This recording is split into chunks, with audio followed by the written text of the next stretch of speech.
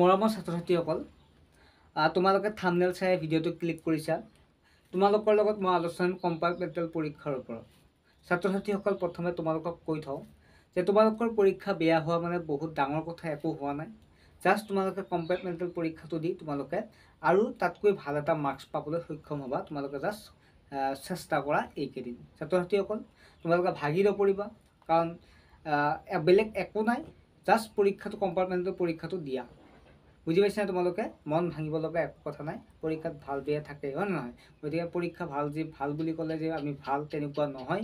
গতিকে তোমালোকে নিজৰ ওপৰত বিশ্বাস ৰাখা আৰু তোমালোকে আগবাঢ়ি যোৱা। ছাত্ৰ-ছাত্ৰীসকল, কম্পাৰ্টমেণ্টেল পৰীক্ষাটো মেট্ৰিক পৰীক্ষাত তোমালোকৰ যিটো বেয়া হৈছে এটা বা দুটা ছাবজেক্ট বা তিনিটা ছাবজেক্টত, গতিকে তোমালোকে এই পৰীক্ষাটো দিব পাৰিবা। ছাত্ৰ-ছাত্ৰীসকল, কেইটা ছাবজেক্টত দিব পাৰে বুলি ক'লে তোমালোকে তিনিটা ছাবজেক্টত দিব পাৰিবা। তোমালোকে MIL হওক, অৰ্থাৎ অসমীয়া হওক, ইংলিছ হওক, মেথছ হওক, ছায়েন্স হওক, ইলেক্টিভ হওক, সকলো ছাবজেক্টতে দিব পাৰিবা তিনিটা ছাবজেক্ট। লগতে তোমালোকে 170 নম্বৰ পাব লাগিব। ঠিক আছে? তোমালোকৰ মাৰ্কশ্বিটখন 170 নম্বৰ থাকিব লাগিব। মোৰ বিশ্বাস সকলোৱে 170ৰ ওপৰতে আছে। সকলোৱে 170ৰ ওপৰত পাইছে। মাত্ৰ 2-3 নম্বৰ 4 নম্বৰৰ কাৰণে বা এটা বা দুটা ছাবজেক্টৰ কাৰণে ফেইল হৈছে। কিন্তু একো মন বেয়া কৰিব লগা নাই। ছাত্ৰ-ছাত্ৰীসকল, এই কম্পাৰ্টমেণ্টেল পৰীক্ষাটো ষ্টাৰ্ট হৈ গৈছে। যিটো অনলাইন ষ্টাৰ্ট হৈছে 25 তাৰিখ হয়। এইটো মাহৰ 25 তাৰিখে এপ্ৰিলৰ, আৰু 4 তাৰিখলৈকে তোমালোকৰ ডেট আছে। তোমালোকে অনলাইন কৰিব পাৰিবা। ছাত্ৰ-ছাত্ৰীসকল, তোমালোকে কেনেকৈ কৰিবা? তোমালোকৰ ওচৰৰ কম্পিউটাৰ দোকানত গৈ ক'বা যে মই কম্পাৰ্টমেণ্টেলৰ পৰীক্ষাৰ কাৰণে মই অনলাইন কৰিব আহিছোঁ। তেওঁলোকে জনাই দিব, যিবিলাকে অনলাইন কৰে। ছাত্ৰ-ছাত্ৰীসকল, এতিয়া ফিজটো কিমান হ'ব?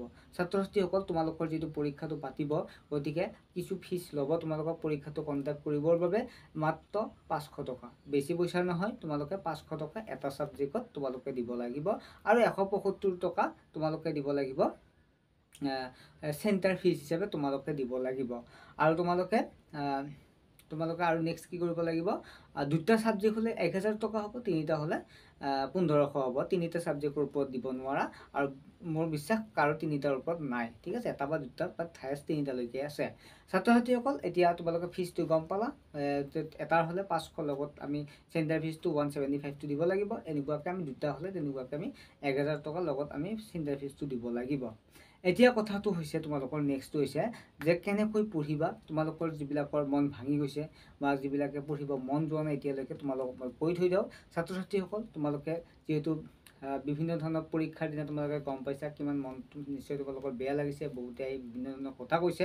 গতিকে তোমালোকে এই মনোবলটো ৰাখা, যাতে তোমাৰ পৰীক্ষাৰ কথাটো ভাবা যে তোমালোকৰ কিহৰ কাৰণে বেয়া লাগিছে, হয়নে নহয়? গতিকে তোমালোকে অলপ কষ্ট কৰা, আকৌ যেতিয়া ৰিজাল্ট দিব তেতিয়া আৰু ভাল হ'ব। ঠিক আছে? গতিকে যাতে তোমালোকে আকৌ কান্দিব লগা নহয়, তেনেকুৱাকৈ পঢ়া। এইকেইদিন ভালদৰে পঢ়া। তোমালোকে চাবা ভাল এটা ৰিজাল্ট কৰিব পাৰিবা। তোমালোকে ফাৰ্ষ্ট ডিভিজনো লাভ কৰিব পাৰিবা, লেটাৰ পৰ্যন্ত ল'ব পাৰিবা।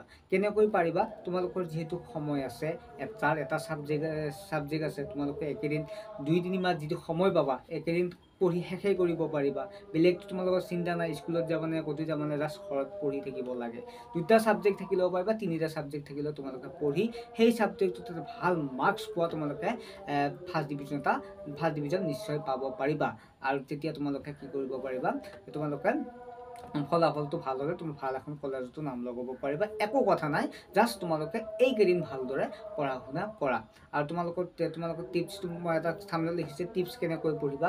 তোমালোকে এটা কাম কৰিবা, তোমালোকে ৰাতি ভালদৰে পঢ়িব চেষ্টা কৰিবা। তোমালোকে যিহেতু স্কুল যাবই নালাগে, দিনতো পঢ়িব পাৰিবা। ঠিক আছে? এখন তোমালোকে ৰুটিন বনাই লোৱা যে মই এই ছাবজেক্টকেইটা এনেকুৱাকৈ পঢ়িম। তোমালোকে ভালদৰে পঢ়া, তোমালোকে চাবা ছাকচেছ হ'বা। যিদিনা তোমালোকৰ বেয়া লাগিছিল পৰীক্ষা দিয়াৰ দিনা, তোমালোকে চাবা এইবাৰ ৰিজাল্ট দিয়াতে বহুত ভাল লাগিব। গতিকে তোমালোকক কৈ থলোঁ মই, চিন্তা কৰিবলগীয়া এক কথা নাই। যদি তুমি চিন্তা কৰি থাকা তেনেহ'লে পঢ়িব নোৱাৰিবা। ঠিক আছে? চিন্তা কৰি থাকিলে পঢ়িব পাৰিবা নেকি? নোৱাৰা। তোমাৰ লগতে বহু ছাত্ৰ-ছাত্ৰীয়ে কি কৰিছে? ফেইল কৰিছে। গতিকে তুমি এজন, কিন্তু হাজাৰ ছোৱালীয়ে ফেইল কৰিছে। তুমি ভাবা যে তুমি অকল ফেইল কৰা নাই।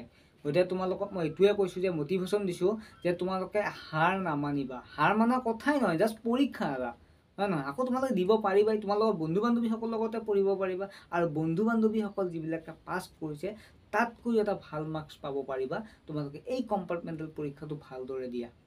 ঠিক আছে। আৰু তোমালোকৰ যদি কিবা অসুবিধা হয় তেনেহ'লে মোক SMS কৰিবা, চেনেলটোৰ সৈতে জড়িত হৈ থাকিবা। মই তোমালোকৰ বাবে কিবা ইম্পৰ্টেণ্ট ভিডিঅ' পাৰিলে মই দি দিম। তোমালোকে এটা SMS দিবা, যিবিলাকে তোমালোকে কম্পাৰ্টমেণ্টেল পৰীক্ষা দিবা, কিহত দিবা, কোনটো ছাবজেক্টত দিবা, তোমালোকে এটা কমেণ্ট ছেকশ্যন তোমালোকে লিখি দিয়া যে মই ইয়াত দিম, ক্লাছ কৰিব লাগে বুলি। তোমালোকে এটা SMS দিয়া, মই কুৱেশ্যন পেপাৰবিলাক ধুনীয়াকৈ তোমালোকক এই 2 মাহ তোমালোকৰ লগত থাকিম, তোমালোকে SMS দিবা, ঠিক আছে। আৰু ভিডিঅ'টো শ্বেয়াৰ কৰি দিবা তোমাৰ বন্ধু বান্ধৱীসকলৰ লগতে। যেতিয়া তোমালোকৰ বন্ধু বান্ধৱীৰ সংখ্যা বেছি হ'ব তেতিয়া মই তোমালোকক লাইভ ক্লাছৰ জৰিয়তেও তোমালোকক ক্লাছ কৰি দিম। তোমালোকে চিন্তা কৰিব লগা একো কথা নাই। আকৌ মই কৈছোঁ, পৰীক্ষাহে, একো ডাঙৰ কথা নহয়, জাষ্ট কম্পাৰ্টমেণ্টেল দিয়া, আকৌ আগৰ নিচিনা তোমালোকে আগৰ নিচিনা হৈ যাব, হয় নহয়? গতিকে চিন্তা কৰিব লগা একো কথা নাই। গতিকে ঠিক আছে, মানে সুস্বাস্থ্যটো সুস্বাস্থ্য হৈ থকা, কোনো ধৰণে চিন্তা কৰিব নালাগে, ভালদৰে পঢ়া আৰু তোমালোকে কম্পাৰ্টমেণ্টেল পৰীক্ষাটো ভাল কৰা, ঠিক আছে।